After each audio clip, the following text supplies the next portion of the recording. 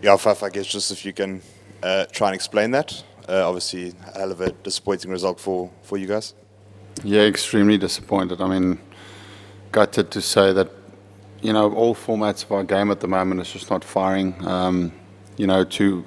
To blame bad luck is not an option for me. To with Hash the previous game and Lungi today, I think you still have to find a way to make sure that you put in performances. And we are just off in most areas. We are doing some good things during games, but we're not putting it together over 80% of the time. So that last 5 overs, I think, was crucial for them. I saw it towards the end that we were on the same pass score as them at 45, and to go for that many in the last five wasn't great. And then with the bat, once again, we looked good. We did some good things, but myself included, you need to go through and score hundreds. That's what's going to win you matches, not 30s and 40s.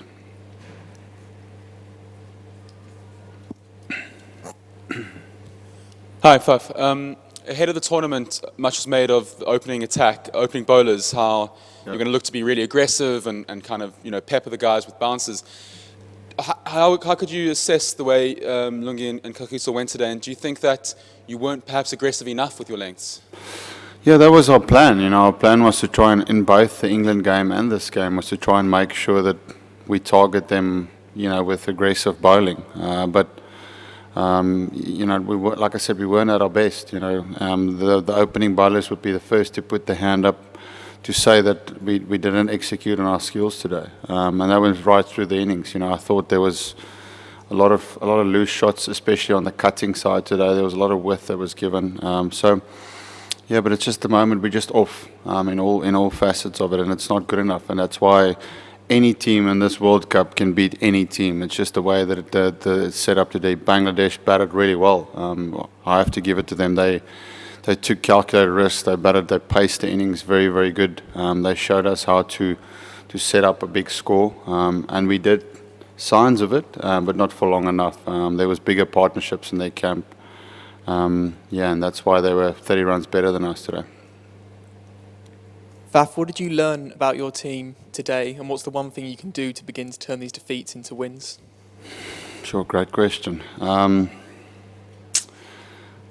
Look, it didn't go according to plan. We know we spoke a lot about, before the game, trying to be aggressive and using that first hour. And there was a lot of talk about the toss, what we wanted to do, use our four seamers in pace that we wanted to do. But obviously then Lungi got injured and that changed completely. Now all of a sudden, as captain, I have to bowl 15 to 20 overs of medium to slow or spin bowling, and then obviously it changes completely. So then you need to bowl the team out in order to make sure that you don't have to chase a big score. But the nature of subcontinent teams is when they do get a big score on the board, they can squeeze you when they've got runs on the board, and that's exactly what happened. When they got 330, they were just a couple of wickets away from bossing the game. But I thought it was a really good wicket. I didn't think it changed that much. I just think that we weren't good enough in all three formats. They bowled good Yorkers towards the end. They showed us how to do that little 5-over period. And then in the middle, they have got some experience with Shakib. He was very good today, just bowling really good areas. We were close with the bat, but I do think 330 was about 20 runs too many. Faf, how difficult it is, managing your team with so many injuries abounding by the day. How difficult does it get in a World Cup? Yeah, any captain would say that it's not easy, but I can't complain about it. That's not going to change anything. I have to find a way. The coaching staff, the team has to find a way. It's not going for us in order from injuries point of view. As I said many times, our plan A was to have all our fast bowlers bowling at the same time, and then we do have a very good bowling attack. To lose one, then you become, okay bowling attack, and now to lose two, and then there's pressure on our bowling attack. So now it changes completely the dynamics of how we set our team up. It was never part of the plan, but that's life. You got to roll with the punches.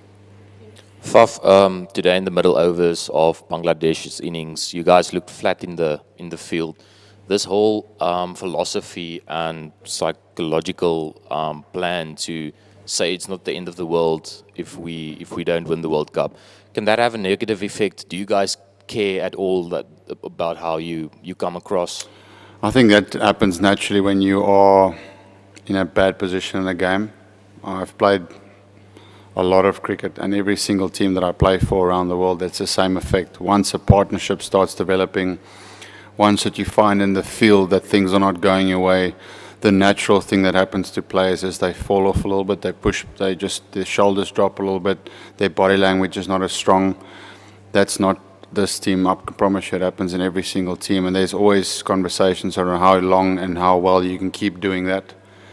But that's what happened today. Bangladesh batted and put our bowlers under pressure, and naturally I think the fielders were, Lungi's injury had an impact psychologically on some of the guys, even though they weren't thinking about it. So for us, the talking in the middle was still, make sure we start fighting here. We're 1 wicket away from restricting them to a good total. But naturally, I can speak as much about it from my point of view as I want, but it naturally happens to fielders, especially when they go towards the boundaries and there's not a lot of balls to go to them. That's a natural thing that happens when you're feeling under the pump as a team.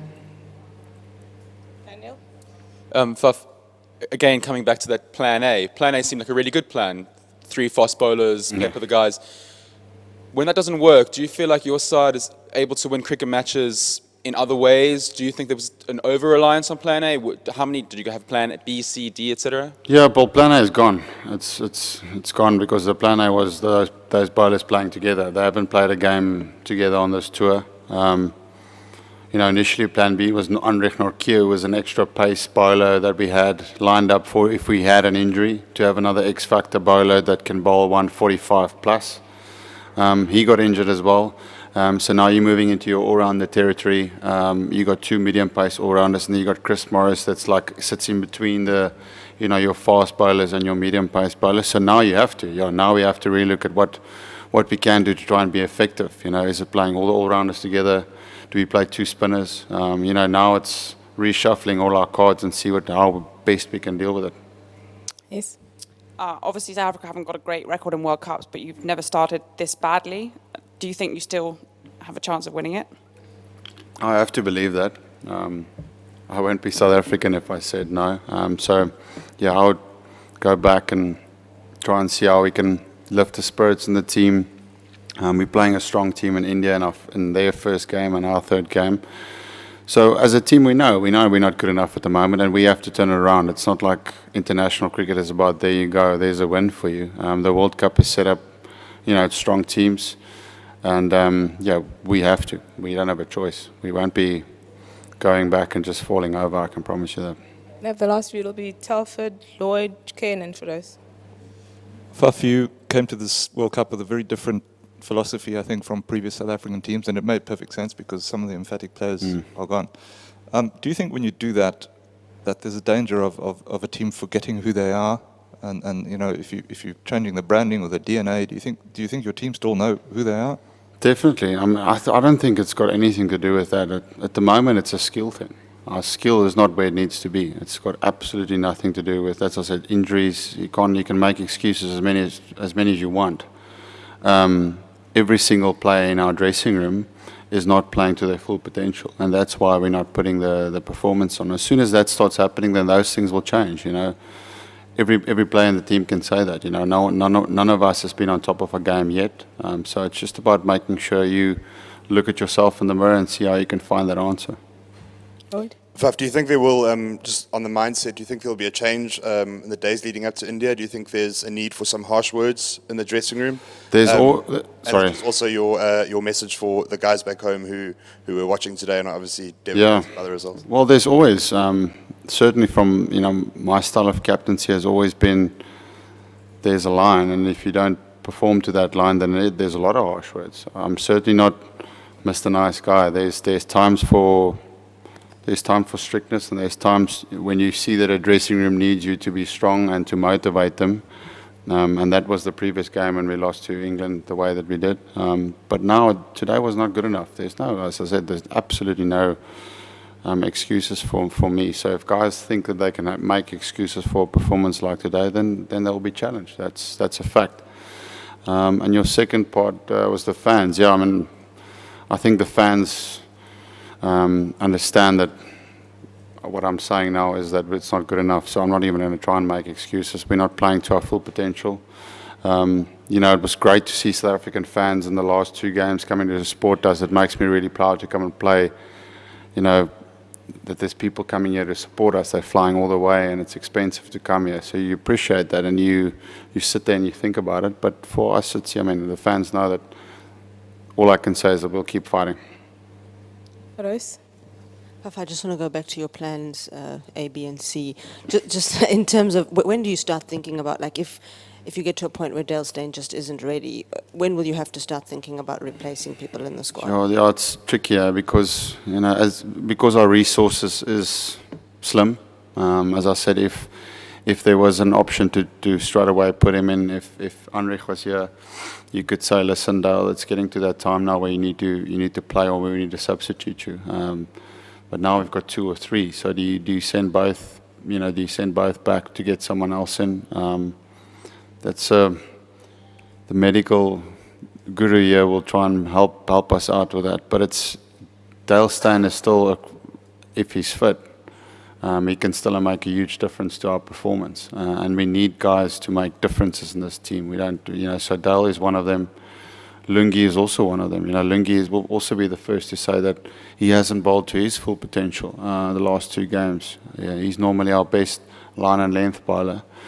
Yeah, so, you know, he worked hard on his fitness leading up to this game, but, you know, he's also had a lot of injuries over a short period of time now. So that makes, you know, got to challenge him to work harder, making sure that he gets his fitness up for longer. It's important for a young guy to play cricket over an extended period of time, not just to play a couple of games, break down a couple of games again. Kane with the last one, please. Faf, you came into this World Cup obviously with a lot of reliance on your pace bowlers and, you know, maybe using aggressive bowling, short pitch, that sort of thing, having, you know, succeeded on helpful pitches at home. Do you feel today that, I mean, obviously overs 35 to 45, you got yourselves back into a reasonable position, but then the last 5, it just seemed like there was a lot of short balls that were disappearing to the boundary. Do you feel you need to rethink that? No, that wasn't the plan at all. The plan was the long boundary. So the plan for the bowlers, I know, was, you know, to give yourself a lot of different options at the death. It was certainly not just to bowl short. I think pace off was what the bowlers actually tried more often than not because of the nature of the size of the square. But within that, you still need to make sure you know your Yorkers. And today we missed our Yorkers, and every time a bowler tried a Yorker, it went for 6. So I think then naturally what happens is you try and find your other skill, whether it's a short ball or a bouncer.